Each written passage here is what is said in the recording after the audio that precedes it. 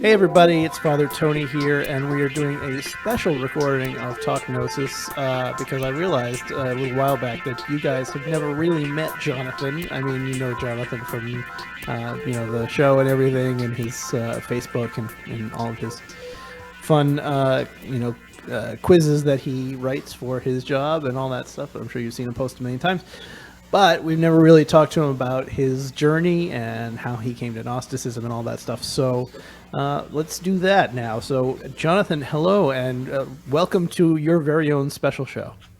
Oh, thank you, Father Tony. You can't imagine how excited I am to talk about myself for 20 minutes. This is going to be the best Talk Notes episode yet. So, well, if it's anything as excited about how I would be if I were talking about myself for 20 minutes, then Yeah, exactly. I mean, we do talk about, we are, you and I, and probably many listeners and watchers of shows are spiritual people who try to be humble and good in the world. But at the same time, I'm a seminarian, you're a priest, I'm trying to start a church in Montreal. There must be a certain level of narcissism involved with our spiritual journeys, right? I think so. It's like one of those things where you're like, well, the thing I want doesn't exist, so I guess I'm the guy who's going to have to do it. It's just that kind of a... Exactly, which is also, all the great work that you've done with Gnostic wisdom, right? It's like it doesn't really exist, so go out there and build it. So let's move away from narcissism, just say it's self-confidence. Sure, absolutely. Yeah. All right, let's start right off. I'm going to totally crib this from Gordon White, but it's a great starting question, so let's do it. So, Jonathan, were you a weird kid? Oh, yeah, for sure. Yeah, I'm sure people who know me or meet me now are definitely like, that guy was a weird kid. I was lonely. I was bullied. I was lost myself in comic books and imagination. I was a biter. Later on, that was more when I was a little kid, but that kind of gets imprinted on one. Mm-hmm. Later on, I actually kind of found my niche. I was a very yappy kid. I actually had a teacher pay me money to be quiet all day. That happened in grade 2. That's some efficient employment right off the bat. Yeah. Yeah. But later on, I did kind of find my niche. I kind of quieted down, and I became a voracious reader, and I got my circle of friends, and sort of a quiet kid for like late elementary, junior high. Then I kind of blossomed in high school. I actually had a lot of people like me kind of had rough high school experiences where I really had an amazing high school experience. So I was lucky to kind of have that journey where I was a weird kid who stayed weird but found my niche. No, that's great. Yeah. So moving on. So you went to college, right? What'd you go to college for? I went to college for religious studies. I went in St. Mary's University, which is in Halifax, Nova Scotia. I grew up on a small island on the east coast of Canada, and then I went to a slightly larger province in Canada called Nova Scotia for college, to a slightly larger city called Halifax. Halifax is delightful.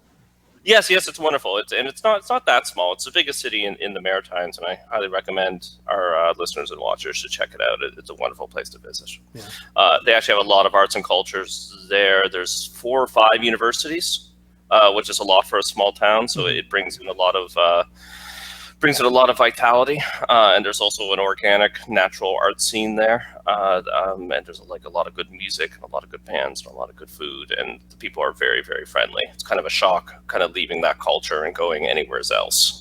We're actually, now when I go back to visit, I kind of get creeped out because when you kind of move to a larger place where people aren't as friendly. When you go back to a friendlier place, it's like, why are you smiling at me? Why are you talking to me? Do you want something from me? Do you want my money? Are you So it's actually an adjustment to go home sometimes. Yeah. What was religious studies like? Did you have a particular focus, or was it more general? Oh, it was great, and we'll backtrack a little bit because I'm not talking about how great Halifax is or how weird of a kid I am. It's supposed to be spiritual journey, right? So from a young age, I had a very positive interaction with the church. Sometimes people who come to Gnosticism do not. Mm-hmm. Church of Canada, right? Yeah, it's United Church of Canada. It's a very liberal, left-leaning, friendly place. in the Protestant tradition. I had a kind of a wonderful childhood there. My immediate family wasn't that religious. I think my parents are just like, what you do with kids on a Sunday morning is send them to Sunday school. That's kind of programmed into them. They weren't, they kind of lean agnostic, but I kind of embraced it a little bit harder than them. So I was kind of quite religious growing up. I really liked the United Church, and I believe I was kind of all over the place, but I did start religious studies as I was. One of my options was maybe becoming a minister in that tradition. Mm-hmm. So, and religious studies, of course, is secular. It's more like anthropology, but it's a good undergrad to do if you're going to do, a master's in divinity or theology. Mm-hmm. From a very young age, I wasn't one of those kids. I was very imaginative, but I wasn't one of those kids having kind of Blakean visions of angels, right? Right. But I did feel an intimacy and a strong connection to the divine, and could feel that divine presence as a young child. When I was way too young, I found Gnosticism. So again, I was kind of a geeky kid, so I found Philip K. Dick. Mm-hmm. I was already a religion geek when I was young, so I was finding the Christian mystical tradition. Mm-hmm. How young are we talking here? I would say, if you're like a sci-fi nerd, you're reading it at age 10, 11, 12, 13, yeah. Right? So, I was reading Philip K. Dick books when I was 12, 13 for sure. Mm-hmm. And then I was reading some Christian mysticism by then as well. And I started meditating, I think, when I was 14. I was kind of interested in this experiential aspects of the divine, which I'd say there's a lot on the show because I love the United Church. I might even start going back there on Sunday mornings along with my Gnostic work. But it's a left-leaning sort of liberal social justice church, so there's not a lot of emphasis on direct connections to the divine, right? Yeah. So I was hanging out with basically a spiritualist theosophical influence group. And I started meditating with them, and then, they talked a lot about kind of experiencing spirit for yourself. I had a summer job with them. I cut the lawn, and I was looking for ghosts. That's a whole other story. But I actually got paid to look for ghosts. So I think it was 14 or 15. And I was reading Gnosticism, not really understanding it, right? Reading the Christian mystical tradition, not really understanding it. But I love talking about myself. So religious studies, I had kind of two plans, right? One was maybe I will become a minister in the United Church, or maybe I will become a great Gnostic scholar, right? I'll go into academia because I love this Gnosticism stuff. And even at that early age, I think I was 16, 17, like I knew Bishop Heller and I knew about the Gnostic revival of the 1800s, but I thought that they were even smaller than they are and that it was mostly over. I will never find a Gnostic church. It's basically a dead tradition. So I'll just have to kind of do it myself in my room, and maybe I can study and teach it professionally. Well, when you were 16, that was kind of true, right? I mean, yeah. There was pretty much just Bishop Heller and Bishop Miller in Palo Alto, and that was pretty much it in the United States. That was it, yeah. And of course, I was in small town East Coast Canada. So, this was the internet age. But I started university in 1999, right? So we're just on the cusp here. Yeah. Talk about myself, love myself. Anyways, turns out that I love academia, but I'm most certainly not cut out for a PhD.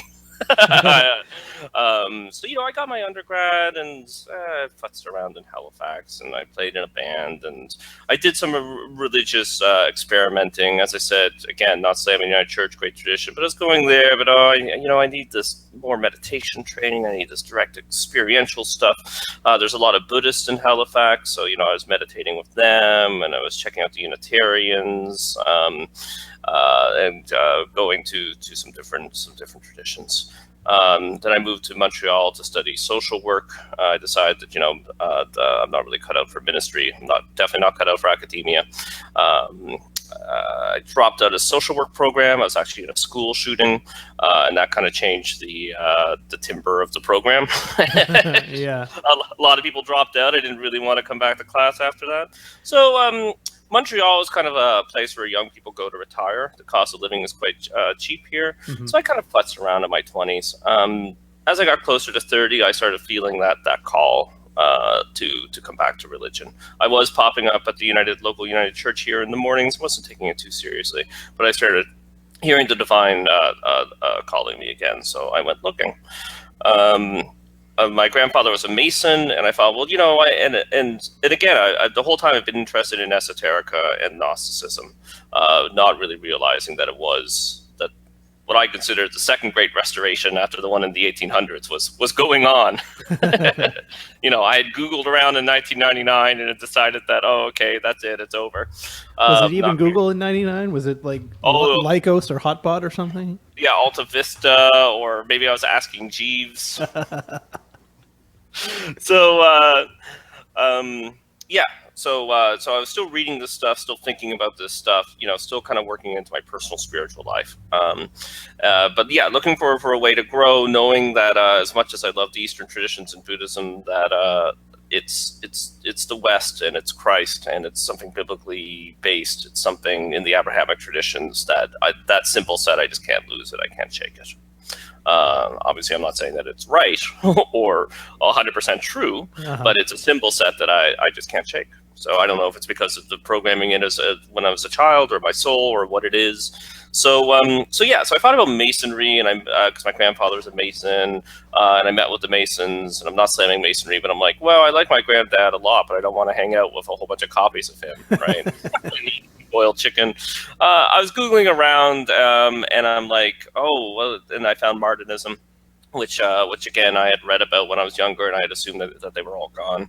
And kind of through Martinism, from Googling around more as I started with Martinism, wanting to know more about it, I found stuff like your lecture on a cult of personality and Martinism. I'm like, what, a Father Tony Sylvia who's in the apostolic Joannite church, and there's an active Gnostic church, and there's a bunch of active Gnostic churches. And then I started emailing you and Monsignor Lance, and just emailing you every week and bothering you, and then here I am.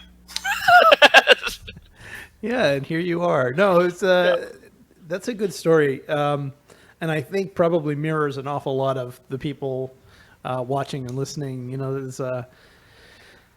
There are a lot of people who did that same kind of, shopping at the God Mall, as I like to call it, and they look around and they say, this thing is really cool, but it doesn't exist anymore, or, it's too weird and nobody wants to do it, and that's unfortunate, but it still is kind of the case in a lot of instances that, we don't have churches in most of the world. We don't have Gnostic churches in most of the world, and so people who want to be a Gnostic in South Africa or India or any number of places, that's a tall order, really. Yeah. I agree. So that's and then that's that's why the work of Gnostic Wisdom Network is important, right? We are getting this information out there, and we can have a bit of an online community for those people who don't have that connection, don't have a local Gnostic church. And again, I'm always careful to say I'm not slamming. And I did do some exploring. I hung around with pagans, and I went to this, and I went to that, and I went to the Hindu thing, and I'm not slamming those other traditions. In my view, they are all equally valid, but there's some stuff, it's like poetry, right? It's like your favorite band, it's like a composer that you like, right? There's something that's going to sing to your soul, and for me it was most certainly Gnosticism. And I had a good 20 years in the back of my mind being like, if I found a Gnostic church, I'd sign up in a minute. And fortunately I found a great one. The AJC has been very good to me, and I did join the seminary about a year ago, and part of the reasons I did that was I felt like I almost owed a debt to the HAC, because they had shown me so much kindness that I wanted to reflect that kindness back to somebody else who will need it in the future. So hopefully that journey will continue, and I will be able to pay that debt and return that, pay it forward and return that kindness. Yeah, that's cool. I want to tell the story about when you and I met in New York. Because that was fun. I had for those of you who don't know, and I'm going to turn it into a story about me now. So yeah, that's good. So I had originally a nonprofit in New York called Gnostic NYC. I wasn't yet doing St. Martin's Parish yet, because what we had planned to do was kind of use Gnostic NYC to kind of as an entry point to the Johannite Church and what was the Alexandria Gnostic Church at the time, which no longer exists. And and Jonathan found us online, and he, because of his wife's work, traveled to New York on occasion. And he was coming to New York, and he sent me an email and said, "Hey, I'm coming to New York. Let's hang out." And so I looked him up on Facebook and all that stuff, and I'm like, "What does this 16-year-old kid want to do with, with the huge glasses? Want to come and hang out with me for? This is weird." Yeah, and yeah. So what we met at a bakery, Yep. I think it was, and yeah, and we chatted for what, an hour and a half, and Yeah. yeah, it was great, and I knew right away. I said I'm going to get along with this guy, and we're going to have a lot of fun together, and and I think we have, and we will You're continue psychic. to do so. You can see into the future. That's exactly how I felt too.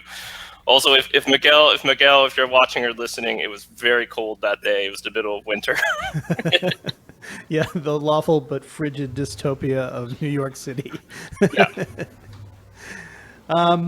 Yeah, so you mentioned Buddhism, and I know that you have dabbled, Yes. as they say, in Buddhism. We've talked about it on the show on occasion. What is your Buddhist experience? You mentioned that you did some Buddhist training when you were shopping around. What were you doing? What kind of meditation were you doing, and how has that continued to inform your own spiritual practice? Yes, and it is an important part of my perspective and spirituality. And like a lot of Gnostics, with Gnosticism, sometimes we have to fill in the blanks.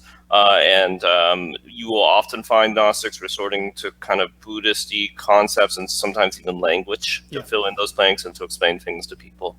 And kind of the whole Western tradition, something like centering prayer, which you and I are both big fans of, it's definitely Buddhist influence, right? Sometimes the contemplative and meditative practices of the West, there's a bit of a break in the tradition, so we use Buddhism to fill that in.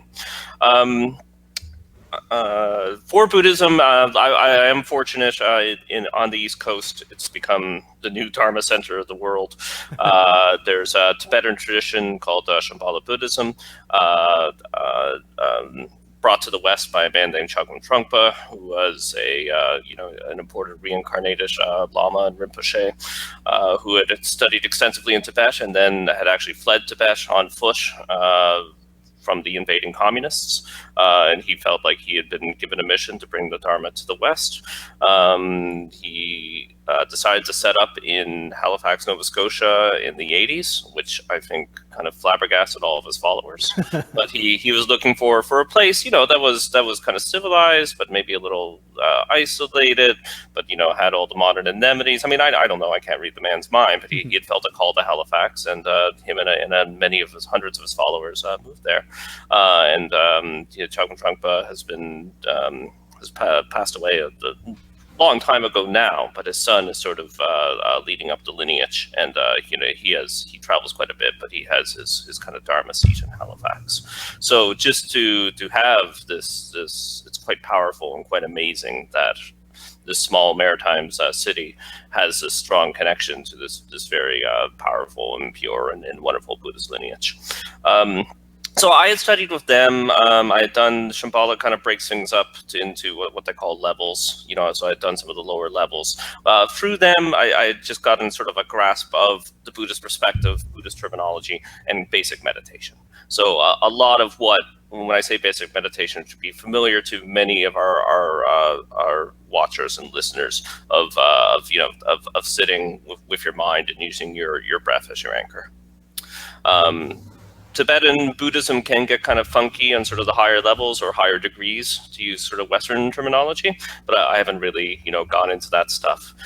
My wife is a Buddhist in that tradition, as are, of course, my in-laws. And I probably will on my spiritual journey. Right now I'm pretty busy and Gnosticism's kind of my jam, but there is a lot of knowledge and spiritual technology.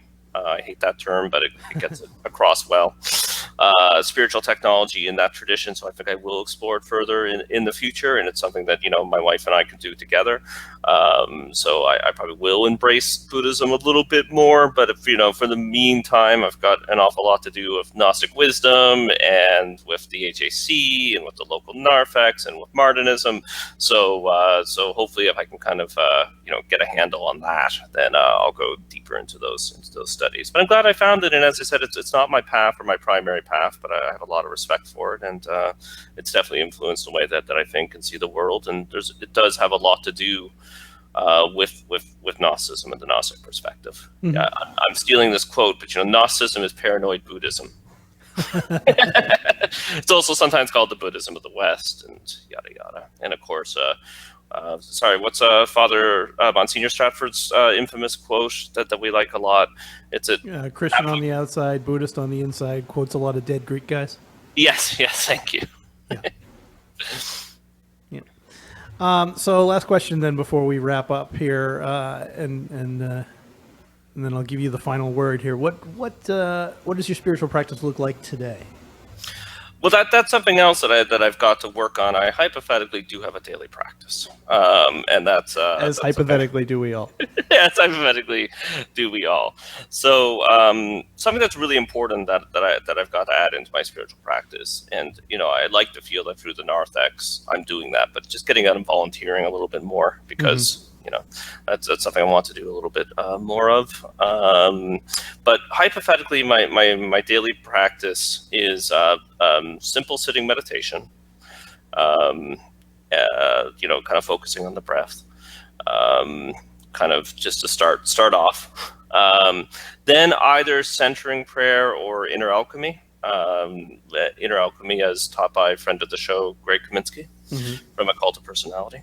That's hypothetically what I do in the morning, and then hypothetically at night before bed, some more kind of esoteric, what I like to call my voodoo, though it's not actually voodoo. It's what I say to my wife. I have a separate room in the house. It's like, I'm going to go do my voodoo now, honey. But it's stuff that's a little bit more funky, but not too funky, but kind of more Martinist stuff. So, kind of setting up the altar and doing that. Obviously, the logo service. So I usually do the logo service in the evening. That's usually part of my voodoo, as I like to call it. And of course, the logo service is sort of the bedrock of service for the AJC and for laity, and it can be performed both publicly and privately. And you can read it for yourself in the excellent book Sanctuary of the Sacred Flame.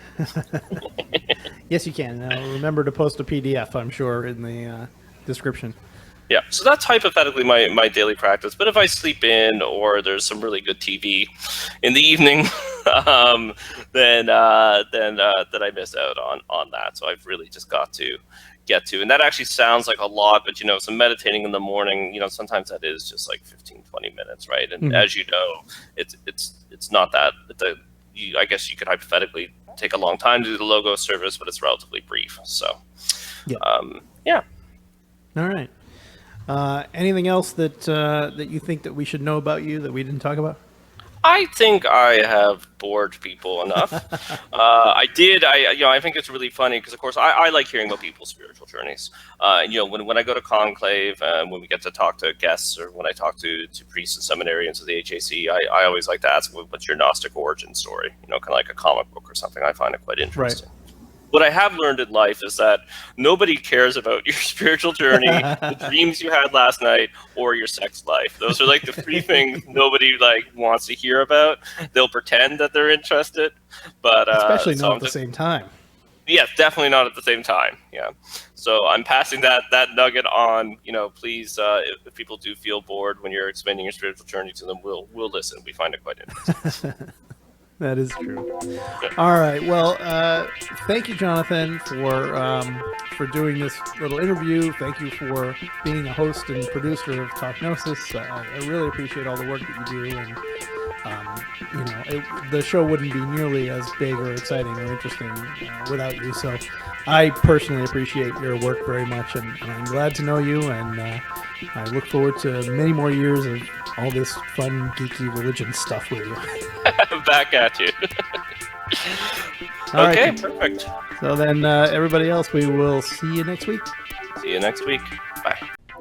We've talked about the myth. Now let's talk about the man. It's the case of the historical Jesus coming up on Talk Gnosis.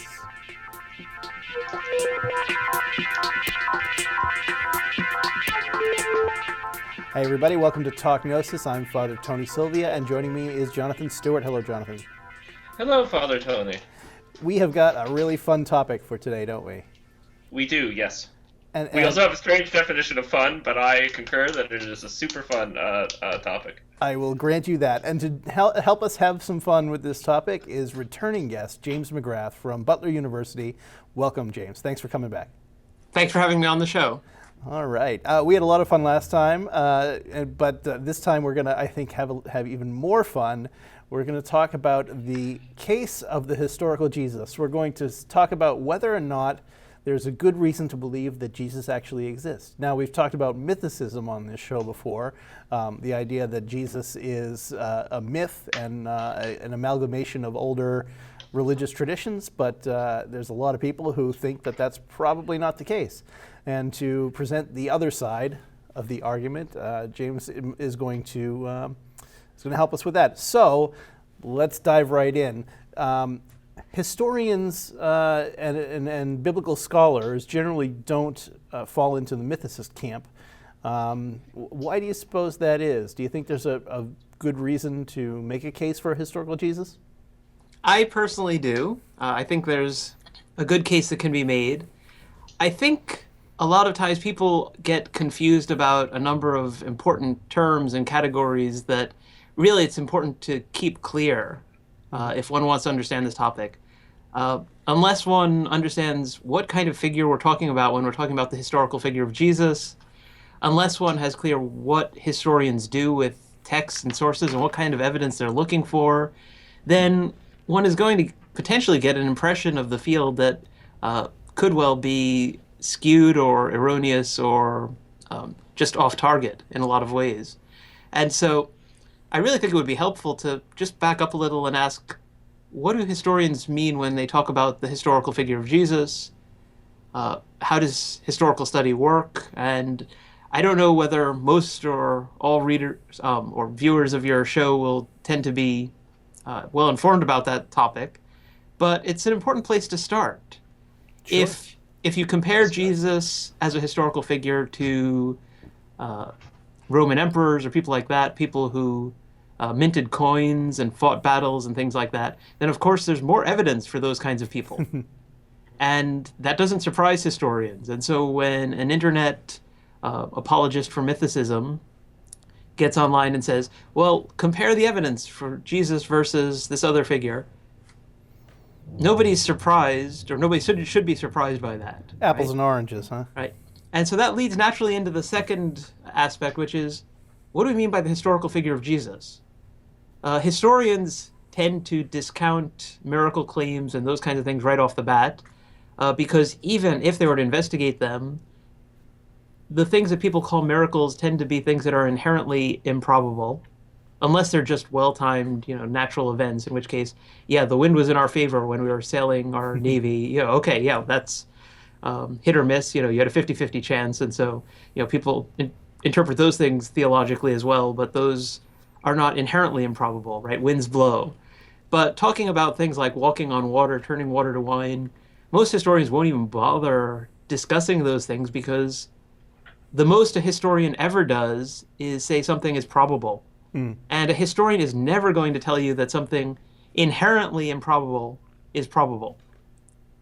And so those kinds of things can kind of be set aside from the outset.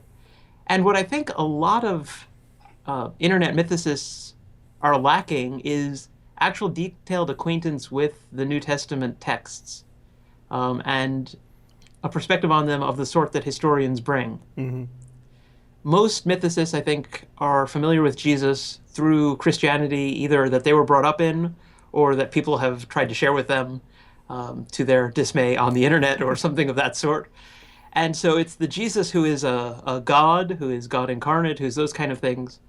And oftentimes, mythicists that you encounter on the internet are as shocked as conservative Christians are when you start to explain to them and point out to them that Jesus, as we meet him in Mark's gospel, as we meet him in Luke's gospel, is not that sort of figure, right? He's a human being. People believe that he carried out faith cures and exorcisms, and we know of other people who were believed to have those abilities, and there are people today who are believed to have those abilities. And so the fact that someone who is a teacher, rabbi, messianic claimant might have existed and might have been thought to mediate healing power from God fits Jesus right into the framework of other figures that we have reason to think were historical in that time period. And so it does the exact opposite of situating him in the category of the holy mythical. Mm-hmm. James, I just want to clarify a point, but I have a lot of secular friends. They know I took religious studies at school, and obviously I'm very interested in religion and Gnosticism. So sometimes we'll chat about it, and they seem very surprised when I tell them that most secular scholars, historians believe that there was, or I should say, believe in a high probability that there was a historical Jesus. So I just want to clarify one thing: the kind of mainstream academic viewpoint among historians and religious scholars is that there was a historical Jesus. That's not an out there idea in the academy. That would be what most scholars believe. Yes, most scholars. That includes most historians, historians of the Greco-Roman world, historians of Judaism, as well as those who work in biblical studies, early Christianity, New Testament. The overwhelming consensus is that there was a historical Jesus. If you want to try and quantify that, put it in perspective in a way that some of your viewers might appreciate, you think about disputes about evolution in the natural sciences. Now, historical study and the natural sciences are very different fields, and so the kinds of evidence and the kinds of certainty offered by these two fields is very different, and so I'm not suggesting that. But if you look at the phenomenon of rejection of mainstream consensus in both, you'll find that on the one hand, a lot of similar tactics are used, but on the other hand, groups like the Discovery Institute, that peddle intelligent design, managed to put together a descent from Darwin list that was fairly large, although it clearly is a very small subset of the actual people working in any way tangentially related fields. And so what some science supporters did was they put together something they called Project Steve in response, named after Stephen Jay Gould, who had recently passed away, I think, at that point. And so they just got a list together of people who support the consensus that evolution is not a theory in crisis. And they had far more Steves than they had, the total number of people of all names on the denial list. Oh, so they were just Steves. Yeah, so just Steves, and even so they had a larger number. Yeah. Nobody's done that, but somebody should for mythicists. I think the reason the mythicists haven't put together a descent from historical Jesus list is that, it would have 10 people on it, maybe. It would have 5 who have relevant qualifications, academic degrees and things like that, and are in some way connected with the academy, and then would have some others or some people who are academics but are outside of relevant fields. And so it would look a lot like the descent from Darwin list, but I think it would be much shorter. And then, I don't know, we could put together a project, I don't know, we could call it Project Richard, responding to Richard Carrier or something like that, and just get scholars named Richard who think that the consensus is right, and would probably be able to do much of the same thing, right? And so one thing I think it's important to emphasize is that this is not a taboo subject. Mm-hmm. What it is an outdated subject, right? Mm-hmm. This viewpoint that maybe there was no historical Jesus was popular for a long time in certain circles. It was explored by scholars, it was examined, and was found unpersuasive. And in response to some revival of attention in recent years to this topic, people like Bart Ehrman and Morris Casey took the time to take another look and look at the more recent claims, which largely mirror the older claims, but in some cases there were updates or variations, and still found them unpersuasive, right? And so it's not that this is a taboo topic. In fact, I've long wanted there to be some serious, well-argued cases for this so that it would give us something to discuss, right? One thing that I think a lot of people don't understand about scholars is that it's part of our job description. It is a requirement for us to have ongoing employment that we publish. Mm-hmm. And so if there's anything worth discussing, we'll discuss it eagerly. And so if something is not getting a lot of attention by academics, a conspiracy theory explanation really isn't going to cut it, right? I mean, we want things to talk about. And so if we're not discussing a particular thing often, we must really, really think the evidence doesn't support that, and that we'll be hurting our own credibility by jumping on that bandwagon. Yeah. James, can you talk to us about some of the major pieces of evidence and reasons why historians and scholars are fairly certain that there's a historical Jesus? And kind of specifically, I was wondering if you can talk to us about why the datum that Jesus was crucified makes us believe that there is a historical Jesus. Sure. And if we compare Jesus to other figures in his context, we think of somebody like John the Baptist. We know about John the Baptist from Christian sources. We know about John the Baptist from Mandean sources, just to make an allusion to the last topic I was talking about on the show. Josephus mentions him, but we don't have mentions of him from his immediate followers. We don't have mentions of him in literature closer to his time than we have mentions of Jesus. And one thing that you'll find, particularly among the internet mythicists, is that oftentimes they'll say, well, we only hear about him from Christians. Right? And of course, in our earliest sources, this movement that would eventually be called Christianity doesn't even have that label yet. Mm-hmm. Right? Paul never mentions that term. But if we talk about the phenomenon that would eventually be called Christianity, and just for convenience, we'll say Christianity, with the footnote audible, hopefully, to your listeners and viewers. But there's no reason why we should expect anyone who wasn't a Christian to be among the first to mention a figure like Jesus. Mm-hmm. Right? Josephus mentions figures from before and after the time of Jesus who are often viewed by historians as comparable, messianic claimants who predicted that some great sign would happen to confirm that they were who they said they were, and it didn't, and the movement typically dispersed. But we know about them mostly from later sources. If those movements had persisted, we'd probably have heard about them first and foremost from the people who supported it, right? So there's nothing at all surprising there. And nobody in any other area suggests, well, if you were a disciple of Socrates, then you're disqualified from being testimony as to whether he existed or not. It's just, it's actually quite bizarre, right? And if we look at our earliest source, which is Paul the Apostle, right? He mentions in passing having met with James, the brother of Jesus, and there have been some creative attempts to interpret that phrase in other ways, but the most natural way of understanding it is that he met someone who was the biological brother of Jesus. Mm.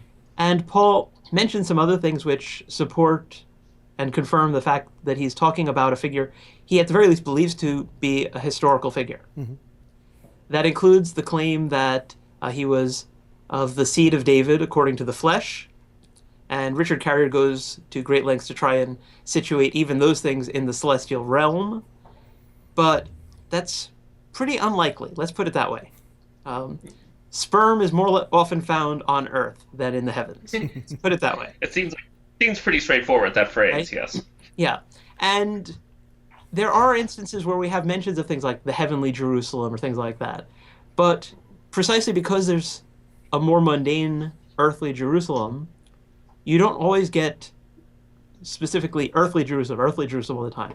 But when somebody mentions something celestial, they'll add celestial or heavenly or something like that to it because they're talking about something that's not mundane. When you hear hoofbeats, think horses, not zebras, right? Yeah, that's, and not the 4 horsemen of the apocalypse, or something like that. Not yet, anyway. Although the fact that I thought about that's probably a professional pitfall rather than something that, you can make a general point about. But, yeah, so Paul mentions this descent from David, and a historian would point out to you, I'll point out to you, having done some family history research, anyone who's done family history research will probably have heard some stories about royalty or nobility in their family tree, and most I'm of us. I'm descended from Charlemagne. Sorry. Congratulations. Thank you. And there are some internet genealogies that would allow you to trace it from him back to Jesus, in case you are interested in doing that. But that's good. probably a topic for another show. Yeah. But most of us, if we've done some digging, have found at least some claim to nobility or something like that has turned out to be false or to have no evidence to support it. Right? More people claim to have been of noble birth or descent or ancestry than actually had it. Yeah. And so whether the family of Jesus was actually descended from David is a different kind of question. But when Paul's talking about Jesus as an anointed one, as a Messiah, right? He's not talking about something generic. He's not talking about a priestly descendant of Aaron. He's talking about a specific concept, which is the Davidic anointed one. And that's referring to a kingly figure, right? The expectation that the kingship would be restored to the dynasty of David, the line of David would be restored to the throne. And that expectation had some clear elements to it, one of which was restoring the line of David to the throne. And so being executed by the foreign overlords that most people hoped this figure would defeat was almost automatic disqualification, Right. as far as your claim to have been the Messiah, the Davidic Messiah, the Davidic anointed one. And so if you're inventing a religion from scratch or based on earlier mythology or anything like that, and as early Christians clearly were, you're trying to convince Jews that this figure is the Davidic anointed one, then you don't invent that he was crucified. Yeah, it's. I heard. Oh gosh, I think it might have been John Oliver or somebody recently saying that if you were making up a story and you want people to believe it, you don't include all the embarrassing things that don't further your point. And and the crucifixion here in this case really doesn't help the early Christians' case at all. It doesn't. It doesn't, given the kind of figure they were claiming. Right? There are other. If you're claiming that he's a dying and rising God or something like that, who knows? Maybe it would work. Yeah. But the evidence is quite clear that that's not who the earliest Christians, according to the sources that we have, were claiming that Jesus was. And it's interesting. Oftentimes, mythicists are rather credulously accepting Christian claims that historians actually find problematic. Right? So, for instance, I've encountered mythicists who will say that Jesus is patterned entirely on these prophecies, these texts in the Jewish scriptures that he said in the New Testament to fulfill. And I really get the sense that they've only heard that he fulfills them either from Christian apologists or maybe from the New Testament authors, and they haven't actually looked carefully at these texts and noticed, okay, so let's see, this one, and this one are not actually predictions about a Messiah at all, and so claiming that Jesus fulfills it doesn't get you anywhere. This one that they're claiming he fulfills, he kind of doesn't look like he does, and so they're really trying hard to force Jesus into that mold, right? So if you're inventing a figure based on the prophecies, you invent one that fulfills the prophecies. Yeah. It's common sense, right? That's what you would do. When we see Christians trying hard to explain why Jesus doesn't fit the texts, or picking really weird texts and drawing strange connections to Jesus, we get the sense that they're dealing with an actual figure about whom they couldn't just make up absolutely anything they wanted to. Because not only were there things that Christians knew, but also there were things which opponents would draw to their attention if they tried to simply ignore them, right? Christianity doesn't emerge in a vacuum. Mm-hmm. And so when you're dealing with a historical figure, one of the things that is an issue that you have to deal with is that even if you'd like to forget some things about that figure that are uncomfortable or don't fit the claims you want to make, opponents and people who disagree with you will often remind you. And so you have to make the effort to explain those things away, offer some kind of explanation, however ad hoc. And we see those kinds of things in our early Christian sources. Mm-hmm. Well, let's wrap things up there and then continue this conversation into the podcast. I think we've only tackled 2 of our 35 questions, so we've got we got quite a lot to talk about. So stay tuned for that, everybody. In the meantime, do you want to tell us where people can find you on the internet? Tell everybody about your blog, because I've been really enjoying that lately. Oh, well, glad to hear it. My blog is called Exploring Our Matrix, As you could probably guess from the title, I'm a science fiction fan, and so that's one of the things I blog about. But I do also blog about the New Testament, the historical figure of Jesus, and I've spent probably a good decade or more talking about mythicist claims, some of the better ones that you actually find in print in places, but also some of the weaker internet ones, some of the memes and YouTube videos and things like that. We'll talk all And about so- those in the podcast. Okay, so Exploring Our Matrix is the place to find those. Just type that in and you'll find your way there. All right, fantastic. So thanks for joining us once again, and we will continue this conversation over in the podcast. So I wanted to remind everybody that if you would like to hear more on this topic, you can do so by subscribing to our podcast. Just visit our website at gnosticwisdom.net, and you'll see a link to Talk Gnosis After Dark right there on the webpage, and you can subscribe via iTunes, Stitcher, or RSS, or any of your fancy podcast catching devices. I heard recently some feedback from some people saying, "Oh, these shows are too short. You should talk more about the topics." I'm like, "Well, yeah, we do. We have this whole hour-long podcast, but maybe people don't listen all the way to the end. You should, anyway." So that'll be it, and that'll do it for us for the video portion. We'll continue this over in the podcast, and for everybody watching along at home, we'll see you next week. Good night, everybody. This has been a production of the Gnostic Wisdom Network. For more information about this and all of GWN's programming, please visit gnosticwisdom.net. The opinions expressed in this show do not necessarily reflect the opinions of GWN, the Apostolic Johannite Church, or any other organization. This has been released under a Creative Commons Attribution Share Alike 4.0 International License and is brought to you by the generous support of our patrons. To support our programs and become a patron, please visit patreon.com/Gnostic. That's patreon.com/GNOSTIC.